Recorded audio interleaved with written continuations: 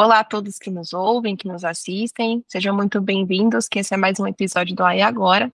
Meu nome é Stephanie Matias, sou aluna do primeiro ano, e vou passar a palavra agora para o meu colega, que também vai se apresentar, e finalmente a nossa convidada, a Marina Pfefferbaum.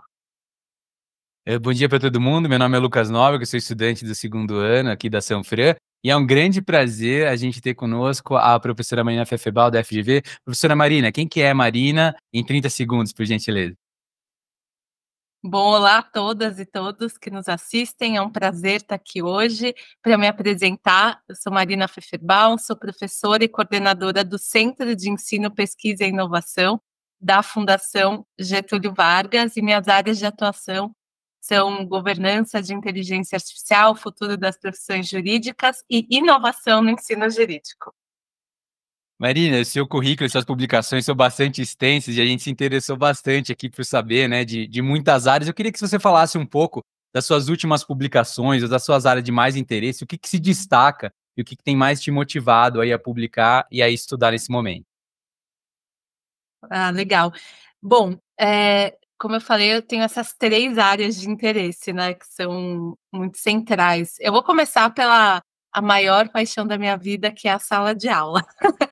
Que realmente, assim, o contato com as pessoas, com as alunas, os alunos, enfim, realmente é o que mais me motiva na vida, eu preciso dizer.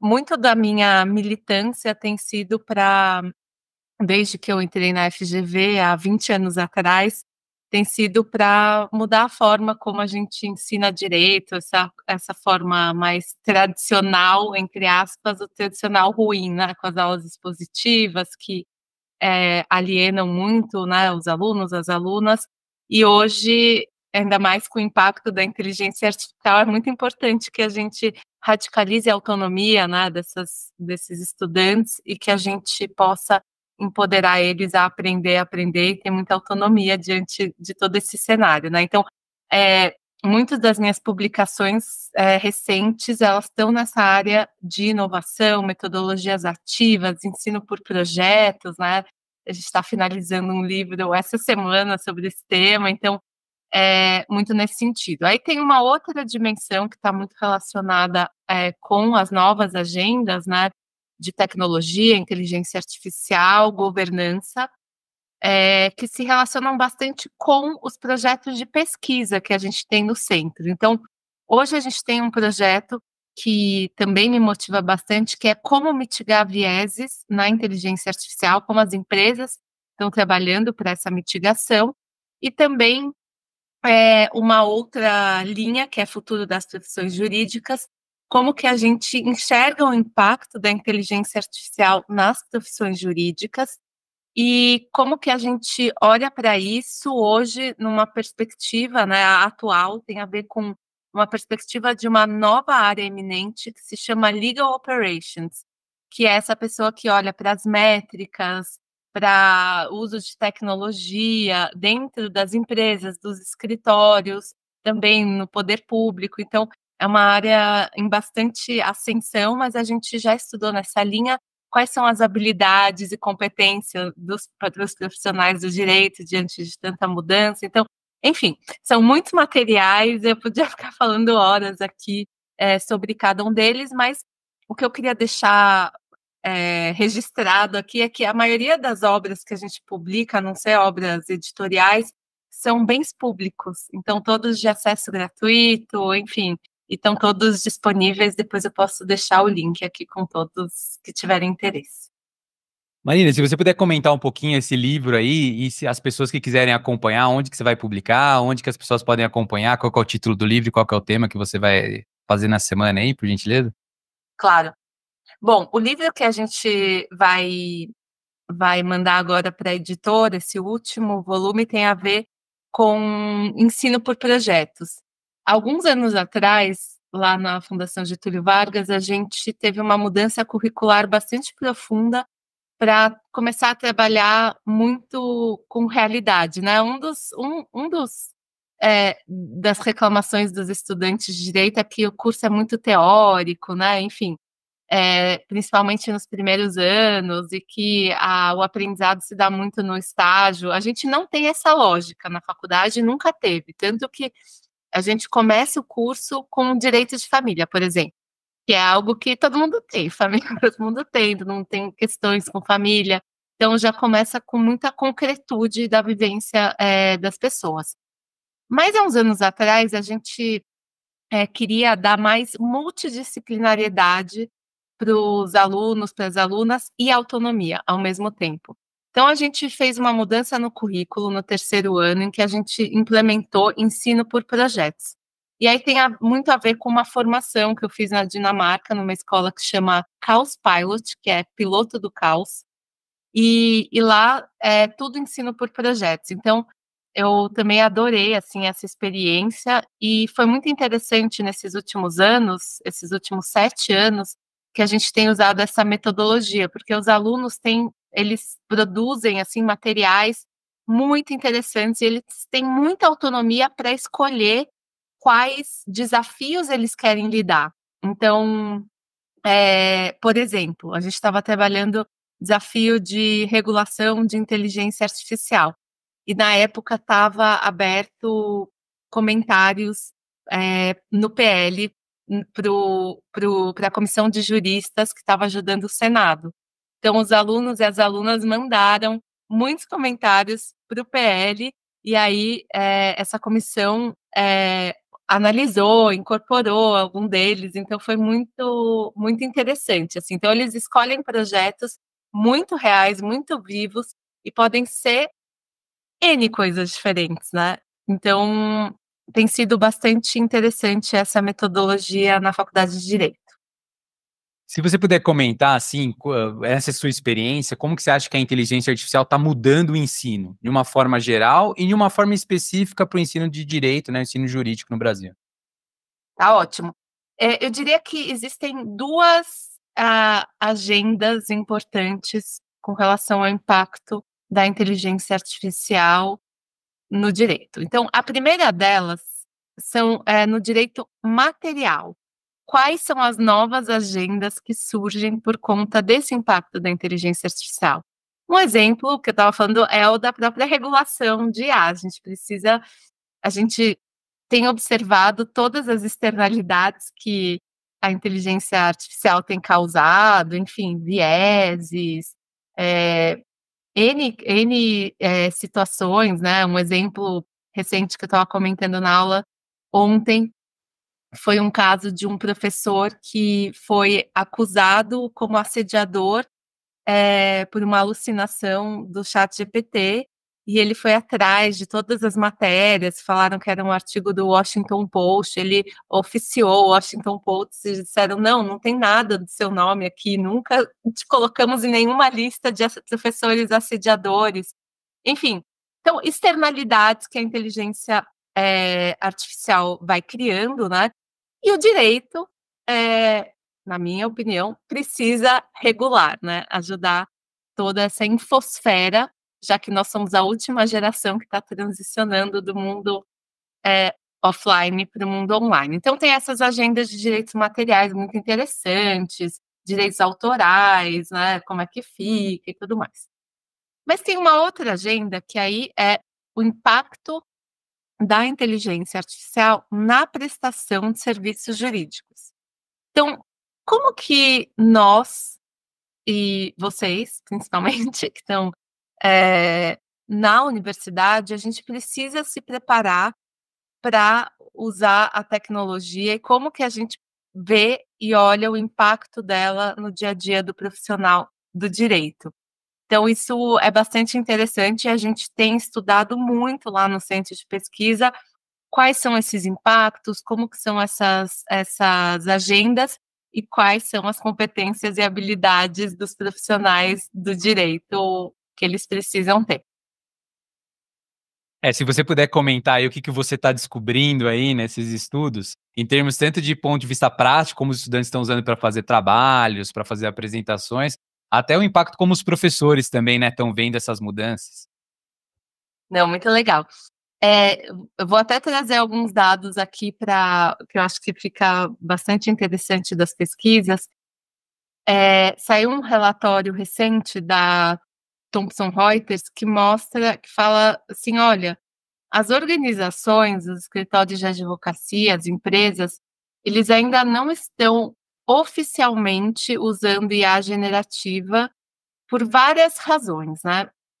Primeiro, porque existe toda a questão de alucinação, existe uma questão de transparência com os clientes, né? Então, eles ainda estão um pouco temerários, né? A privacidade dos dados dos clientes.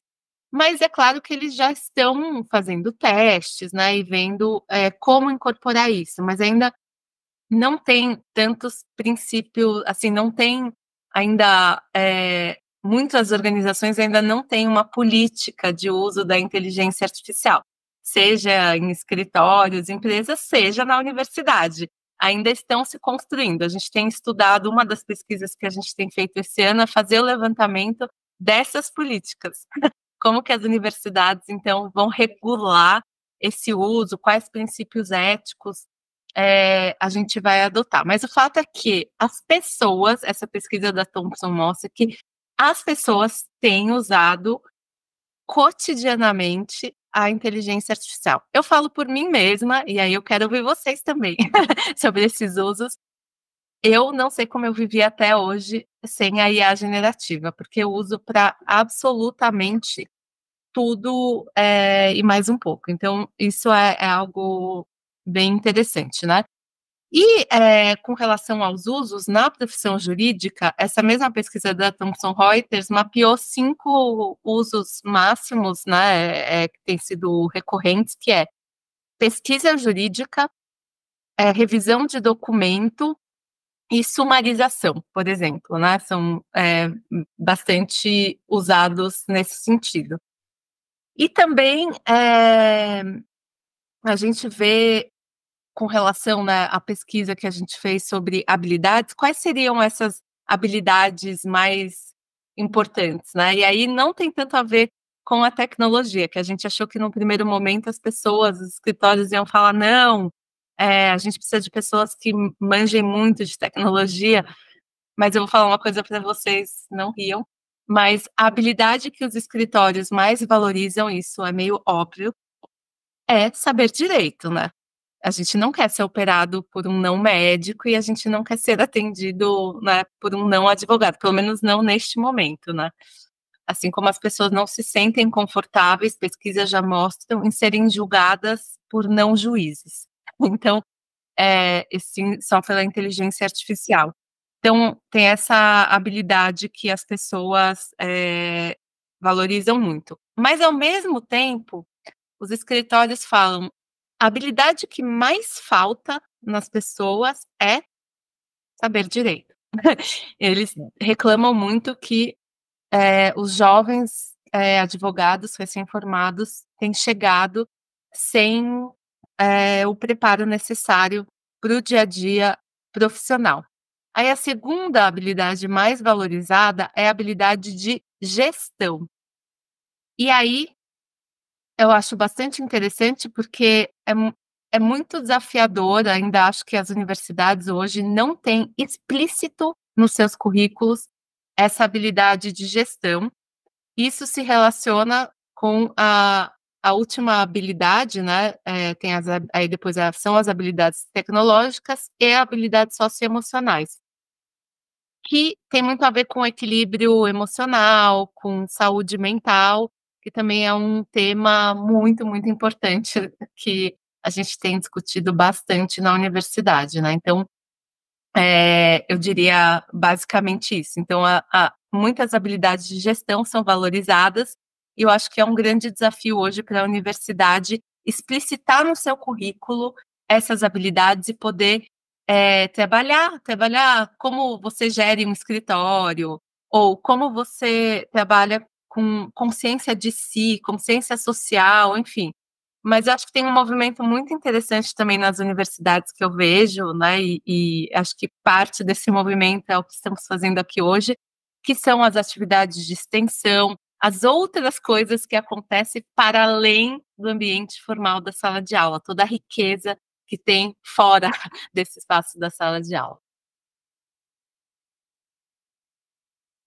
Então você percebe, né, que o novo estudante de direito, ele tem essa percepção adequada dessas habilidades extras que ele deveria se desenvolver, né, para entrar no mercado mais, com mais habilidades mesmo, ou é algo ainda um pouco nebuloso para o estudante mesmo ter consciência? Eu acredito que essa consciência, vamos dizer, entre aspas, ela vai, se formando, né, ao longo da faculdade. Eu acho que as pessoas vão adquirindo, né, essas habilidades, com o tempo e também a partir da forma como elas constroem a sua carreira, né.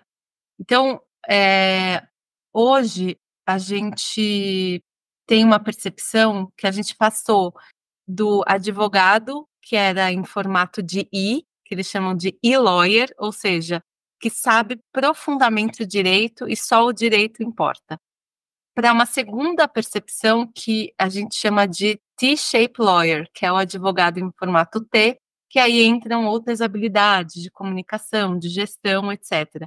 E hoje a forma como a gente enxerga é o advogado, né, o profissional em formato delta, que ele vai, depende da carreira que ele vai seguir, ele vai ter uma força maior. Então, por exemplo, se eu sou um gestor de escritório, faz muito sentido eu saber sobre gestão, né, sobre, eh, como eu trabalho com RH, com pessoas, etcétera, mas com financeiro. Agora, se eu sou, um advogado que está mais voltado para as áreas de tecnologia e implementando isso no dia a dia, talvez eu precise ter uma carreira mais voltada para a tecnologia. Então isso varia muito, a partir das carreiras, das pessoas, né. Então, e eu acho que isso vai se construindo ao longo da vida. O que eu acho interessante a gente ver e pensar é como que a gente pode organizar isso, de uma maneira que a gente não siga só uma carreira que seja, tradicional no direito. A gente tem várias outras, carreiras possíveis que não é só ser juiz, ser promotor, ser advogado, né, de uma maneira tradicional. Então acho que isso é muito importante. Uma das publicações que você, fez e a gente deu uma olhada foi aquela Formando a Advocacia do Presente e do Futuro, né, e aí você traz essa questão aí, né, as habilidades que diferenciam e as que faltam. A gente viu lá a habilidade, como você falou, né, de direito em si, a questão da uso de tecnologia, a habilidade socioemocional, ser justamente as que diferenciam e as que faltam ao mesmo tempo. E aí eu queria ver com você o que que você acha que a IA, assim, a inteligência artificial, está ajudando a mudar justamente esse conceito do aprendizado do direito, tanto do ponto de vista do próprio estudante estar aprendendo direito de uma forma diferente, quanto os professores estão sendo capazes de ensinar de um jeito diferente. Se isso já está acontecendo ou não? É uma ótima pergunta, e eu acho que, hoje, algo que tem sido bastante recorrente, que a gente tem discutido muito, assim, acho que todos os dias das nossas vidas enquanto professores, é como que a gente lida com toda essa revolução. E eu te diria que se eu ficar dando muitas respostas, é mentira, porque eu também não sei. Assim, e eu tenho lido, estudado muito sobre isso, eu acho que a gente tem boas perguntas a serem feitas. E eu só acho que a gente precisa pensar muito seriamente, será que o tipo de avaliação, a forma como a gente dá aula, será que faz sentido? E eu acho que essa ruptura ela vem, antes até da gente falar da tecnologia, mas ela vem, da forma como a gente ensina direito, como a gente estrutura nossos cursos. Então, quando a gente estrutura uma grade em direito civil 1, 2, 3, 4, 5, segmentando, né,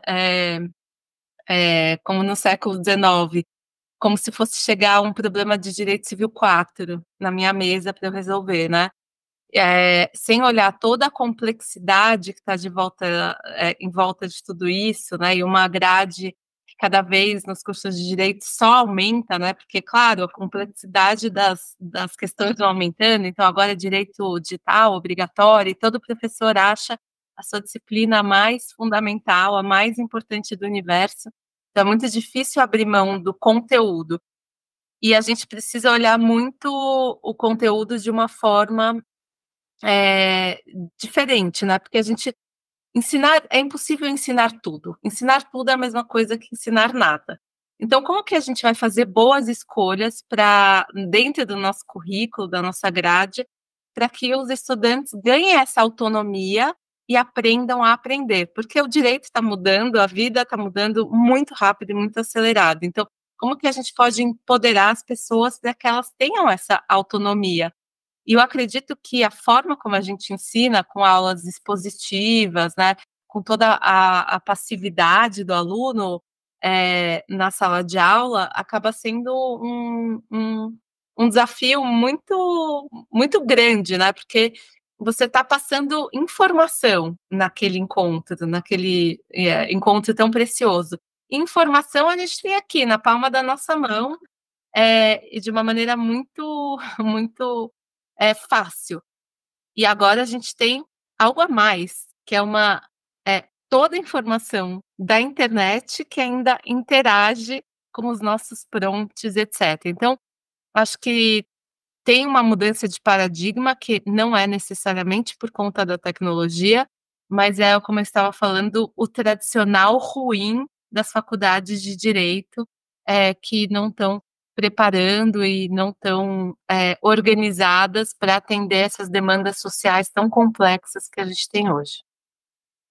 A gente tem chamado aqui no nosso podcast, né, no nosso videocast, fica até convidado aí para todo mundo estar ouvindo, ver os episódios anteriores. Tem algumas pessoas que são de escritórios e o Daniel Marques, da B2L, a gente chamou a doutora Chiara Tonin, do Machado Meyer, o doutor Ciro Freitas, do Pinheiro Neto, né?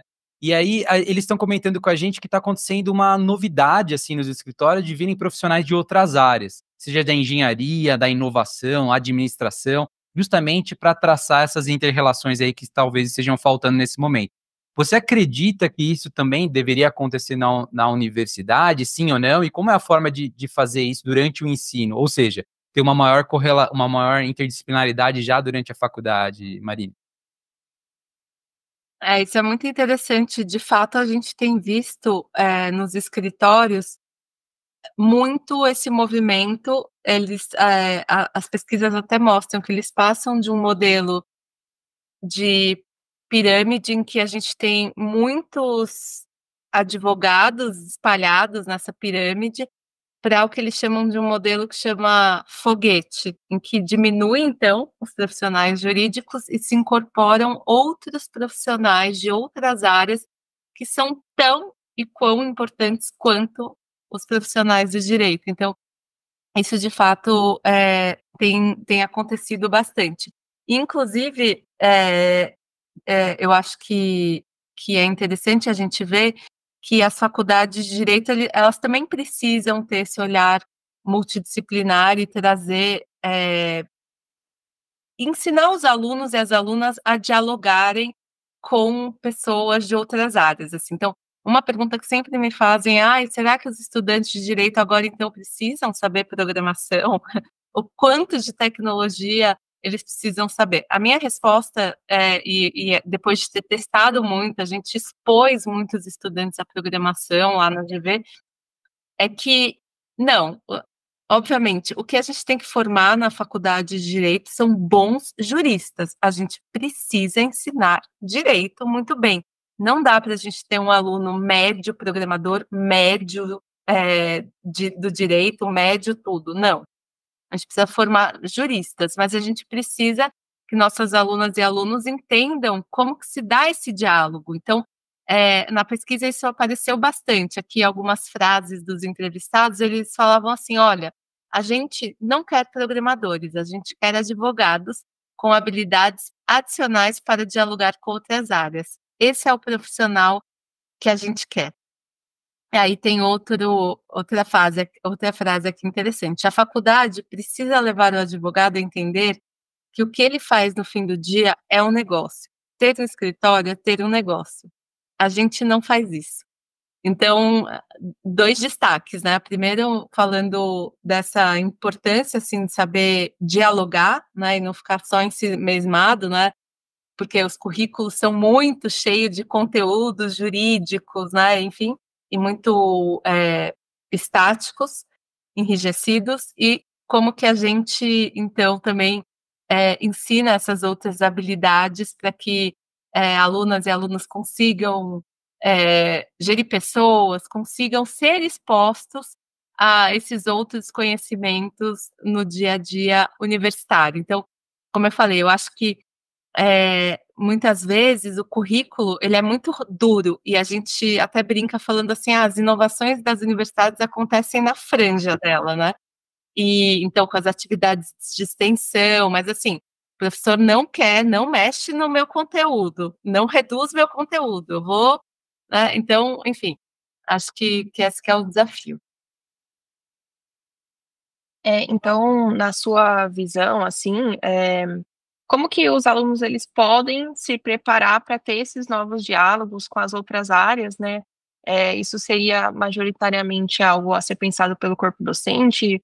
Como que os alunos do corpo docente poderia ser mais ativo, né, para entender um pouco mais disso? Quais são as possibilidades que você vê? Legal. Acho que tem muitas, muitas possibilidades ao longo dessa jornada da universidade, assim, acho que é muito importante que, os alunos, as alunas, eles participem, né, desses coletivos, participem, de movimentos que vão colocá-los muito próximo da realidade do nosso país. Então a gente tem algumas tendências que a gente vê, na educação, a gente fez até uma pesquisa que a gente mapeou 9 tendências para esse futuro da educação, né, então eu vou destacar, algumas delas, não vou falar aqui das 9 para não aborrecer vocês, mas, eh, a primeira tendência que a gente vê é realmente esse a importância desse protagonismo estudantil, assim, então, de, fazer, mesmo que ele não consiga ter necessariamente protagonismo dentro da sala de aula, ocupar esses outros espaços que a universidade oferece, que os próprios outros estudantes oferecem, né, então acho que é muito importante, esse movimento extensionista que dá protagonismo para os alunos e para as alunas.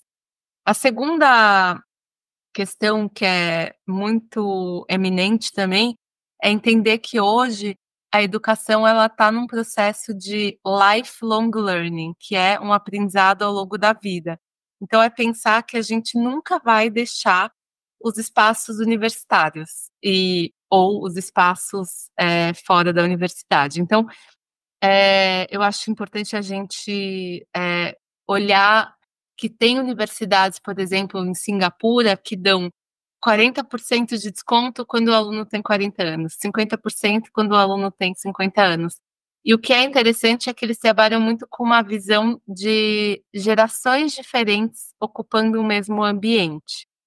Eh, um terceiro ponto que eu acho que a gente precisa olhar também para esse futuro, terceiro e quarto, vamos dizer assim, né, é equidade e sustentabilidade, como a gente deixa cada vez mais diverso o nosso espaço universitário, mas como que a gente mantém essa diversidade dentro da universidade e dá condições para isso também, encontrando uma sustentabilidade econômica, uma sustentabilidade social e uma sustentabilidade, inclusive agora ambiental, né, como a gente tem falado muito dessas questões externas que estão muito eminentes na questão do clima e etcétera.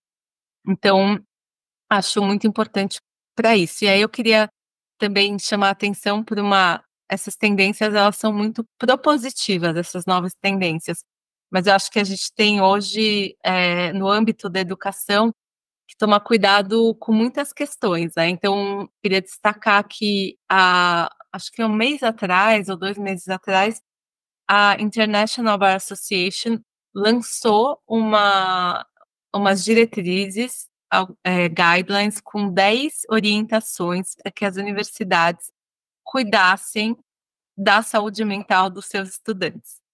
E essas orientações, com, enfim, todas críticas, ressalvas que a gente pode ter delas, mas eu acho que é um movimento muito interessante para criar awareness, assim, chamar atenção para esse tema que tem sido tão discutido, aliás, ou não tão discutido quanto a gente gostaria, mas tão importante, que é como que a gente trabalha, né, com diversidade, com saúde mental no nosso dia a dia, e como que a gente realmente incorpora isso no nosso currículo, nas nossas atividades, no espaço universitário, que tipo de apoio a gente pode dar para os nossos estudantes. Assim, acho que a gente nunca teve tanta questão de saúde mental como hoje, e uma das coisas que me chamou muita atenção nesses guidelines é que isso também está projetado no profissional do direito, assim, que é uma carreira de muito estresse, de muita cobrança, muita ansiedade, e de fato, nos ambientes profissionais também das carreiras jurídicas, tem um problema bastante eminente aí de saúde mental. Ainda com relação ao uso de ferramentas, né, hoje em dia, então, os estudantes, assim, pelo menos falando aqui das faculdades, eu imagino que eles já estão utilizando, né, no dia a dia o ChatGPT, estão utilizando o Copilot, estão utilizando o Gemini, estão utilizando o Claude e N outras ferramentas aí associadas à inteligência artificial generativa, que teve uma explosão aí de alternativas. O curso universitário, o ensino, muitas vezes não tem ainda um curso dentro da faculdade para ensinar sobre o uso dessas ferramentas, né? Então, como que você vê essa dinâmica? Você vê que a tendência é o ensino universitário começar a colocar essas matérias, ou, na verdade, os estudantes se virarem para aprender em cursos externos e aplicar na universidade? Nossa, é uma excelente pergunta, assim, porque, de fato, uma das coisas que a gente precisa deixar explícito no nosso currículo é educação digital. Como eu falei, nós somos a última geração que está transicionando do ambiente offline para o online. E a pergunta que eu faço é, não eu, mas os autores, principalmente Luciano Floridi e Shoshana Zuboff, que é: será que a gente está feliz com esse espaço digital que a gente está construindo? Um espaço que é privado, dominado por empresas, enfim, que tem milhões de externalidades acontecendo. Será que estamos felizes, né? Então, acho que a gente pergunta por aí: será que os nossos estudantes, de fato, e as pessoas, elas têm cidadania digital? Elas sabem operacionalizar, tanto uma cultura de privacidade e proteção de dados, como uma cultura, de usos éticos dessas ferramentas, etcétera, né. Então, eu acho que a gente ainda não está apropriado de tudo isso, e eu acredito fortemente que o espaço da universidade é um espaço, sim, para que a gente tenha, e aprenda e seja exposto a todos esses recursos. Eu, pessoalmente, eu dou uma disciplina junto com um professor de ciência de dados, que é bem sobre os desafios da inteligência artificial generativa, num espaço que a gente tem lá na FGV, que chama Semana de Imersão, em que todos os cursos da FGV param, todos, por uma semana, e o professor, ele pode fazer o que ele quiser. Ele pode dar, já teve imersões que aconteceram, por exemplo, na cidade de São Paulo, entre 10 da noite e 6 da manhã, para entender como funciona show business em São Paulo, né, casas de shows, etcétera, e modelos de negócio.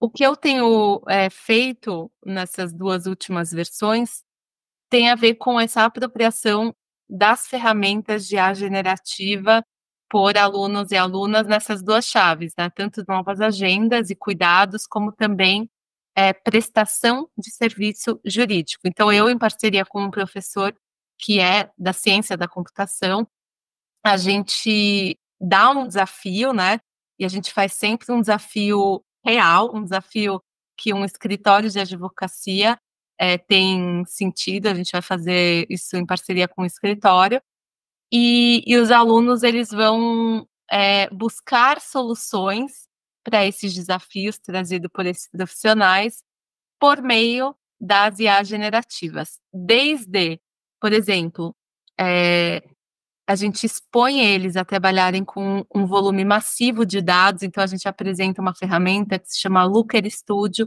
que já vai analisar os dados, fazer gráficos, organizar, então é muito interessante, até o próprio GPT, assim. E aí eles vão criar empresas para solucionar esses problemas com logo, site, e a solução, propriamente dita, nesse período de uma semana. Então é como se fosse um grande ideatom que eles vão precisar manusear essas ferramentas e ver quais são os problemas, quais são as dificuldades e quais são as belezas delas também, e entregar soluções. Mas para te responder que eu acho que isso é parte do currículo que precisa ser explícito das universidades, como garantir esse aprendizado. E aí sobre essa questão dos usos, né, de fato, os alunos e alunas estão usando cotidianamente, para o seu dia a dia, né, para fazer, trabalho, tradução, auxílio, começar ideias, enfim. E eu acho que hoje a gente está deixando bastante, por ser um momento de experimentação, a gente deixa bastante a critério do professor. Então, estudando alguns programas internacionais, a gente vê que existem algumas diretrizes assim: professor, crie a sua política de sala de aula. Assim. Então, tem professor que fala assim: olha, pode usar o chat GPT, eu até quero que você use, mas seja transparente, coloca o prompt, quem fez o quê, quem é a autoria do quê, né? Então, seja claro, né, desse uso. Tem professores, por outro lado, também, que estão muito angustiados, e aí estão proibindo completamente o uso de tecnologia em sala de aula. Então, tem professor que está falando: não, amigo, aqui é o seguinte, agora você vem, vai escrever à mão, vai fazer prova à mão, vai fazer uma dissertação, e eu entendo também, sabe? E não estou falando que está certo ou errado, não é isso. A questão é, qual é o objetivo que o professor está, proibindo a tecnologia? Né, então se ele tem um objetivo claro, ótimo, que proíba, entendeu? Mas, como que a gente tem esse equilíbrio entre docentes que estão usando loucamente, que não estão com propósitos e objetivos diversos? Então eu acho que é importante a gente, dentro desse panorama, e aí fazendo esse levantamento de políticas, porque já tem vários artigos acadêmicos que a gente encontrou que tem esse levantamento, é importante dizer, né, então, vou dar highlight em 4 coisas.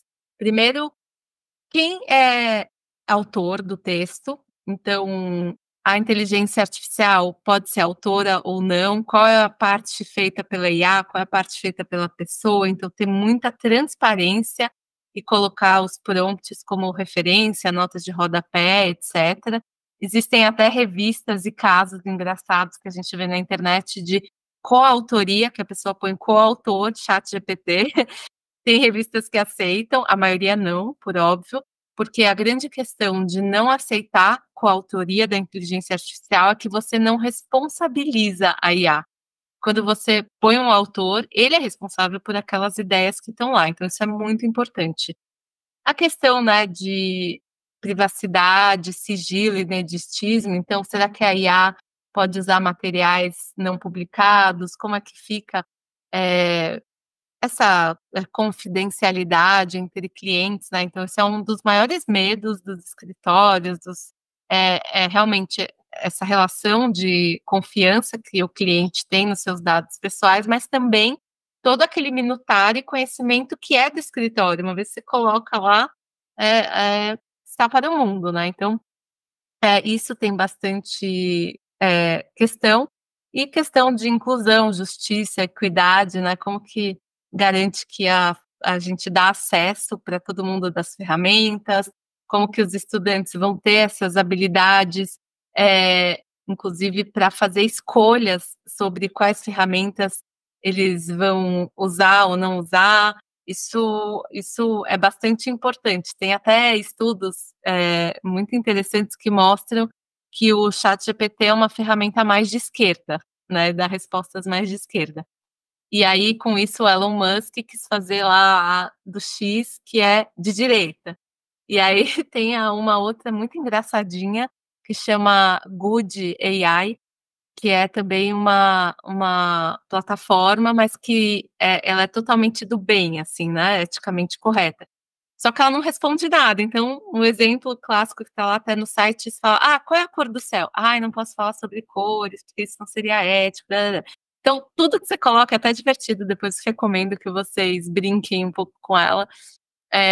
Então também como que a gente calibra as coisas, como que a gente calibra as respostas, mas o que eu acho muito, muito, muito importante é não deixar nas costas só do professor. Eu acho muito importante que a universidade tenha uma política clara também sobre esses princípios éticos para apoiar o professor também nas suas escolhas e o estudante também, porque fica todo mundo perdido, né. Então, eh, eu uma vez, há pouco tempo atrás, que eu estava inclusive aí na USP com o professor Juliano Maranhão, os estudantes estavam perguntando: "Mas eu posso usar na minha dissertação de mestrado ou não posso usar?". Então não se tem clareza. Ou então tá, se eu posso usar, como eu posso usar?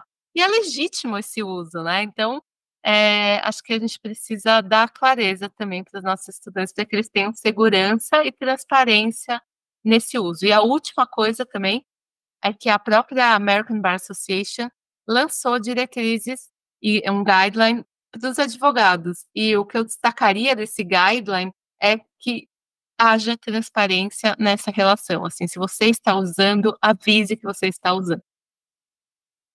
E falando um pouco agora do ponto de vista, né, para os nossos ouvintes aí, só para no contexto da USP e da Sanfran, né? Então, quem está na Sanfran quer ter mais interação com inteligência artificial, uma das formas é a Associação de Estudos de Inteligência Artificial da Sanfran. Quem quiser dos outros campi, né? Você tem as matérias optativas da pró-reitoria, que você pode fazer junto com a Poli, junto com o ICMC em São Carlos. Então, tem várias iniciativas para matérias relacionadas a esse tema, inteligência artificial, inovação, empreendedorismo, processamento de linguagem natural e etc. E também a USP tem uma associação com o Coursera, então você pode fazer vários cursos aí do nível internacional. E aí vem a minha pergunta, então, Marina, com relação a esses temas que nós estamos falando, o quanto isso é uma conversa de ensino jurídico no Brasil e o quanto isso é uma conversa de ensino jurídico internacional? Você tem experiência internacional, né, com relação a ensino, então quanto essas mesmas perguntas que a gente está conversando aqui são brasileiras e o quanto são internacionais? Sem dúvida, são questões globais, que estamos, né, todas elas, desde a tecnologia até a questão climática, com certeza é uma preocupação que aparece muito nos currículos, no dia a dia, né. Eu acredito só que a gente tem preocupações muito locais e muito sul global que a gente precisa enfrentar também, ainda mais, eh, falando em sul global e falando da nossa comunidade brasileira, que é absolutamente desigual. Então, é muito importante que todas essas pesquisas que a gente tem feito, né, falar em até advocacia brasileira. O que é a advocacia brasileira? A gente sabe que 60% aproximadamente dos escritórios são constituídos de unipessoal, né, é uma pessoa no interior de uma cidade, generalista, enfim, muito diferente do que a gente vê aqui em São Paulo, por exemplo, com aquelas grandes boutiques, né, grandes escritórios, internacionais, etcétera, né. Então, acho que um desafio muito grande é da gente entender essas diferenças. E acho que um dos medos, que a gente tem, acho que dessa desigualdade que a gente vive são os níveis de apropriação e de inclusão digital mesmo das pessoas, né, desde a questão do letramento até a própria inclusão digital em si. Então, é algo que a gente tem discutido e que chama muita atenção quando as pessoas acabam, né, os seus dados no telefone celular, elas ficam, apenas com rede social e WhatsApp. Então elas se informam apenas pelo WhatsApp e pela rede social. Que tipo de informação é essa que chega por esses caminhos, né? Então, é muito perigoso para democracias, é muito perigoso para o país que a gente quer construir. Então acho que a gente está em um momento de muitas preocupações, de como a gente empodera o sul global, né, nós não seremos, né, grandes provedores de tecnologia.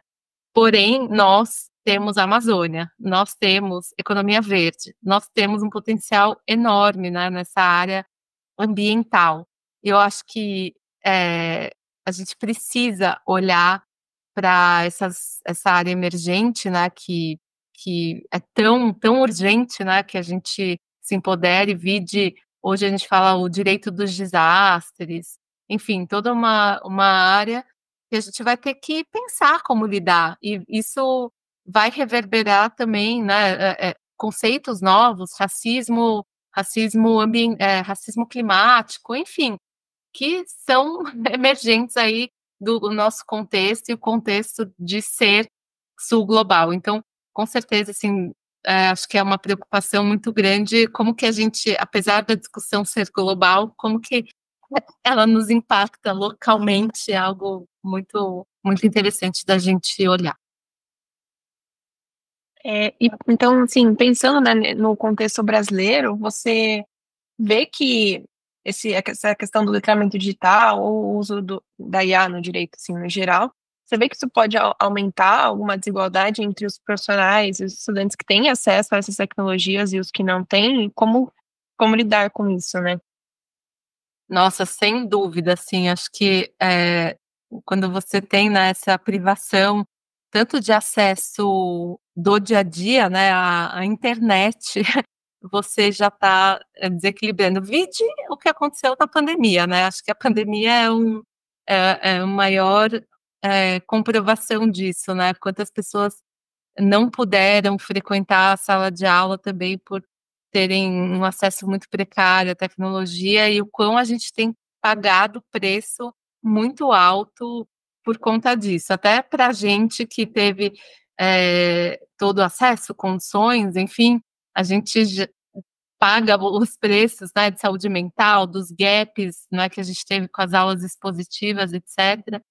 Então, eu vejo que é uma questão muito importante da gente olhar como que a gente traz esse letramento digital, mas como que a gente transforma isso em política pública, para dar acesso, para poder ter condições que vão equilibrar, né? Então, uma das coisas que eu acho que é uma preocupação que os professores precisam ter é quanto a isso. Será que as pessoas estão com o mesmo acesso a essas ferramentas de tecnologia?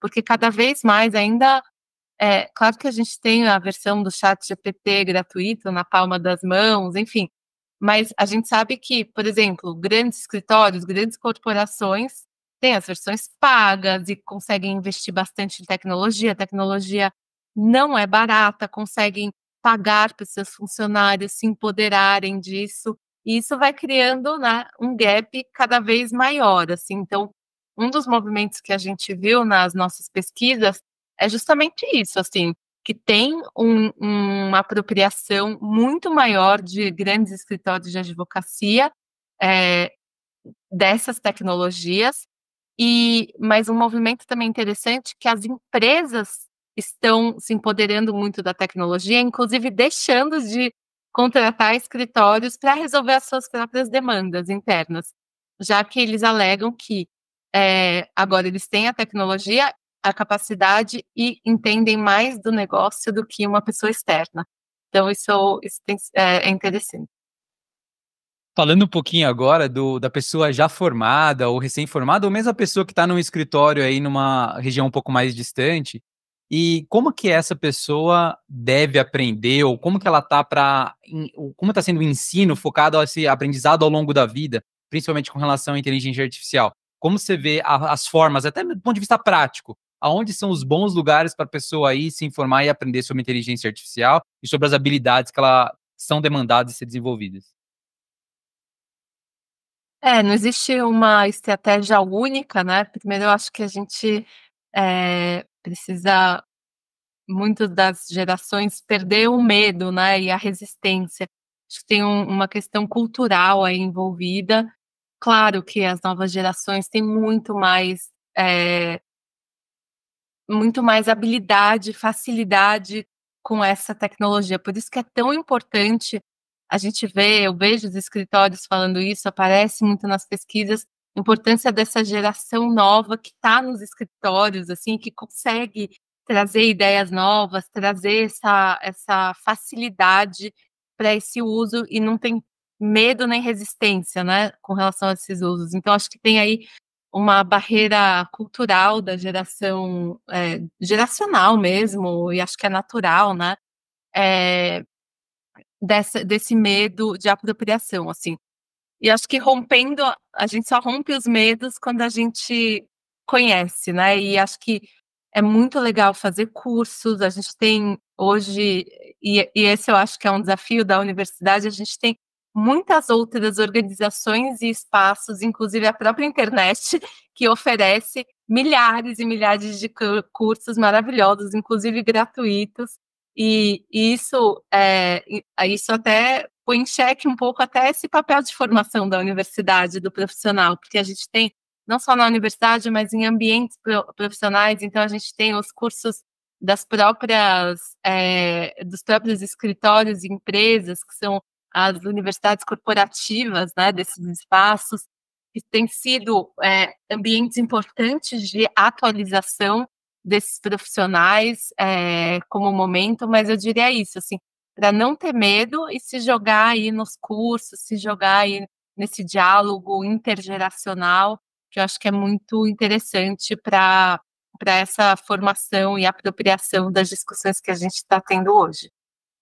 E para quem tem esse interesse, Marina, você acha que é um curso IA geral? É um curso de engenharia de prompt? Uma pessoa que está começando, já é formada em direito, já tem uma experiência, já sabe o direito, né? Já sabe a base muito sólida, mas talvez não conheça a tecnologia.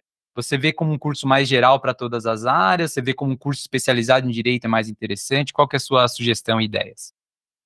Eu acho muito interessante, a gente tem uma frase que marca a minha vida, que é o diálogo da Alice no País das Maravilhas, quando ela está perdida e ela encontra o gato e fala: "Senhor pode me dizer que caminho eu devo tomar agora?" Fala: "Pra onde você quer ir?" "Não me importa onde." "Então não importa o caminho que você tomar."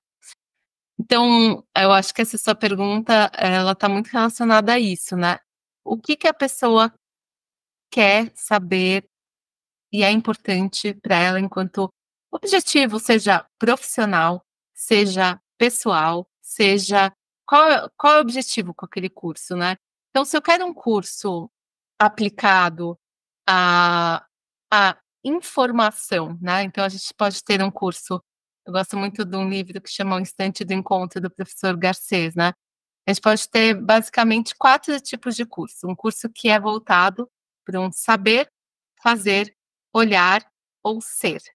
Então, se eu quero um curso informativo, eu quero saber as últimas atualizações regulatórias da inteligência artificial. Então eu vou lá e vejo lá um curso sobre regulação de IA, o que está falando do PL, o que fala o mundo, né, o AI Act e tal, então curso, né, de atualização jurídica. Se eu quero um curso para aprender quais são os fundamentos, né, da inteligência artificial de uma perspectiva mais técnica, enfim, porque eu vou começar a trabalhar numa empresa de tecnologia, numa startup, etc., eu quero entender esses fundamentos, então eu vou, né, para um curso que pode ter mais um fazer, que vai me expor nessa tecnologia, então, depende muito, do que a pessoa está buscando, para o seu dia a dia, né, então, eu diria isso, e a gente hoje pode encontrar, por sorte, facilmente, todos esses tipos de curso. Ou até coisas muito legais, assim, como eu quero uma visão crítica sobre a tecnologia. Então eu vou num curso mais teórico, né, então qual é a literatura crítica da tecnologia, né. Pode ser para cursos de mestrados, doutorado. Então, né, a resposta como uma boa jurista é depende. E falando, pensando na pessoa que começou a se embrenhar pelos cursos, principalmente do ponto de vista técnico, usando a tecnologia, às vezes uma das primeiras reações é de espanto. Nossa, como isso aqui pode fazer tanta coisa, né? E daí vem aquela questão que muita gente é debatida academicamente, né? O quanto que isso é um aumento da capacidade humana e o quanto isso é uma substituição da capacidade humana. Eu queria um pouco da sua impressão ponto de vista de ensino, mas no geral, o quanto é uma coisa, o quanto é outra, pensando hoje, ninguém tem bola de cristal, mas pensando também um pouco no futuro. Isso. Não, de fato, bom, a gente pode olhar por muitas visões da tecnologia, né? Eu não gosto dessa coisa, ela é boa, ela é ruim, né? Esse maniqueísmo. Mas eu acho importante olhar a tecnologia, mas avaliar quais são as externalidades que ela vai trazer para a humanidade. Então, de fato, a gente tem aí uma vocação de liberar funções, muitas funções da nossa prática do dia a dia, que são repetitivas, que são chatas, que uma IA pode fazer muito melhor do que a gente, né? Então, a automação das coisas, enfim. Mas por outro lado, e aí vem também uma questão bem sul-global, né? Como que a gente não vai substituir mão de obra com pouca qualificação e como que a gente qualifica essa mão de obra para poder, então, não ser substituída, né? Mas a visão como eu tenho um pouco mais otimista, não sei se ingênua até, mas é que eu acho que é muito interessante essa relação homem-máquina, em que a gente usa o melhor do humano, o melhor da máquina, mas trabalha juntos, né? Olhando uma perspectiva de não substituição. Agora, eu preciso falar também que os locais onde eu tenho frequentado, congressos internacionais que estão discutindo inteligência artificial, eu tenho ouvido muito uma agenda que fala: será que a gente está feliz e tranquilo com as escolhas que a gente tem feito com relação à construção da IA? Ou seja, será que está tudo bem a gente queimar o planeta para treinar IA? Será que está tudo bem a gente mudar as estruturas sociais de trabalho, arriscar ter esse desequilíbrio de emprego tão estruturante na sociedade por conta da IA? Estamos muito conscientes do que estamos fazendo e para onde estamos indo, investindo todos esses recursos financeiros, ambientais, humanos, que colocam em risco muitas das relações.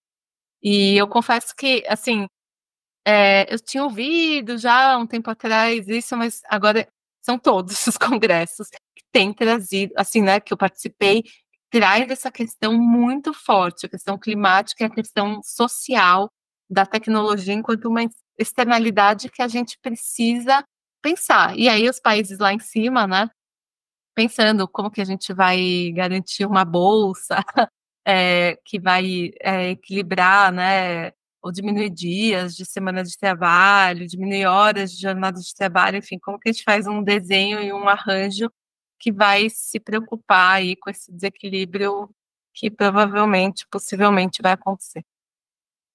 Eu vou fazer a minha última pergunta aqui, já agradecendo você do meu lado aqui, Marina, muito, muito legal. E é uma provocação mais baseada aí nessa última semana, né? A gente teve recentemente aí o Prêmio Nobel, pessoas que são de outras áreas de inteligência artificial, né?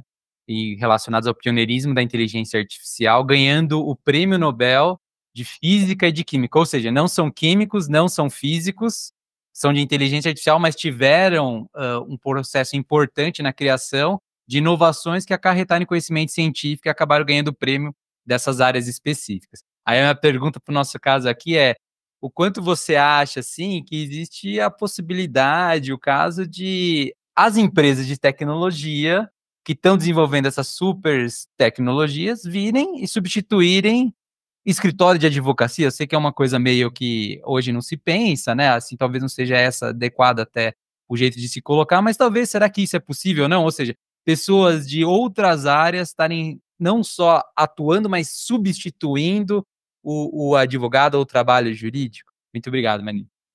Não só não se pensa, como já se tem, né? Então, esse eu acho que é o ponto muito importante, assim, da conversa, porque a gente tem exemplos, inclusive tem uma startup norte-americana que chama DoNotPayLawyers.com, que não tem um advogado sequer, ela foi fundada por um estudante de Stanford de engenharia, que ele levava multas recorrentes por estacionar errado nos lugares, e virou uma febre lá em Stanford, essas recorrências de multa com o aplicativo que ele criou e automatizou, e aí ele virou essa startup gigantesca, que é a Do Not Pay Lawyers, que inclusive foi judicializada, e agora, há 2 semanas atrás, saiu um acordo para que ela continuasse com algumas restrições aí. Então, este é o tema de discussão, assim, como que vai ficar aí que tipo de barreiras a profissão jurídica vai já tem, né, obviamente, tem muitas barreiras de entrada para isso, né, enfim, para essas novas prestações de serviços jurídicos, mas o fato é que elas estão aí. E tem muitos modelos de negócio que a gente viu na nossa pesquisa que mostra que existem startups, mesmo aqui no Brasil, que não têm advogados, mas elas são intermediadas por escritórios de advocacia. Então, é um mercado em que surgem muitos modelos diferentes, é um mercado em que você tem aí muito alternative legal services providers, como eles chamam, né, surgindo, que vão ter experiências aí para a gente discutir. Tem alguns casos interessantes, assim, de sandbox nos Estados Unidos, em Utah, que eles estão testando esses novos modelos, né, antes de liberar ou não liberar, mas com certeza, esse é um tema de discussão aí bastante proeminente e que está bastante em alta aí para nós, advogados e profissionais do direito. Bom, então a gente está chegando ao fim aqui da nossa entrevista, né? E para terminar nossa conversa, a gente te convida, Marina, a compartilhar seu contato, as suas redes, e também pontuar alguma coisa, mandar uma mensagem final para os ouvintes, se você quiser. Legal. Bom, da minha parte, eu queria muito agradecer essa conversa super legal, parabenizar aí por essa iniciativa que coloca aí o conhecimento, né, mais conhecimento, mais informação para nossos estudantes que estão nesse momento, né, com muitas dúvidas, muitas incertezas e, e é um momento de dúvidas e incerteza mesmo, e acho que projetos como esse ajudam muito a pensar, a refletir sobre esses caminhos. E eu gostaria de deixar todo o material livros, artigos, linhas de pesquisa, estão todas congregadas no meu site, que é o marinafeferbaum.com.br, e eu fico sempre à disposição aí para trocas, conversas, e muito obrigada aí pela oportunidade da conversa de hoje. Bom, então, muito obrigada mais uma vez à nossa convidada. A gente vai fechar por aqui a nossa conversa. E agora também agradeço a todos que nos ouvem e convidamos todo mundo a participar. Acompanhe a gente pelas redes sociais, vejam todos os episódios no YouTube e no Spotify. E é isso, até.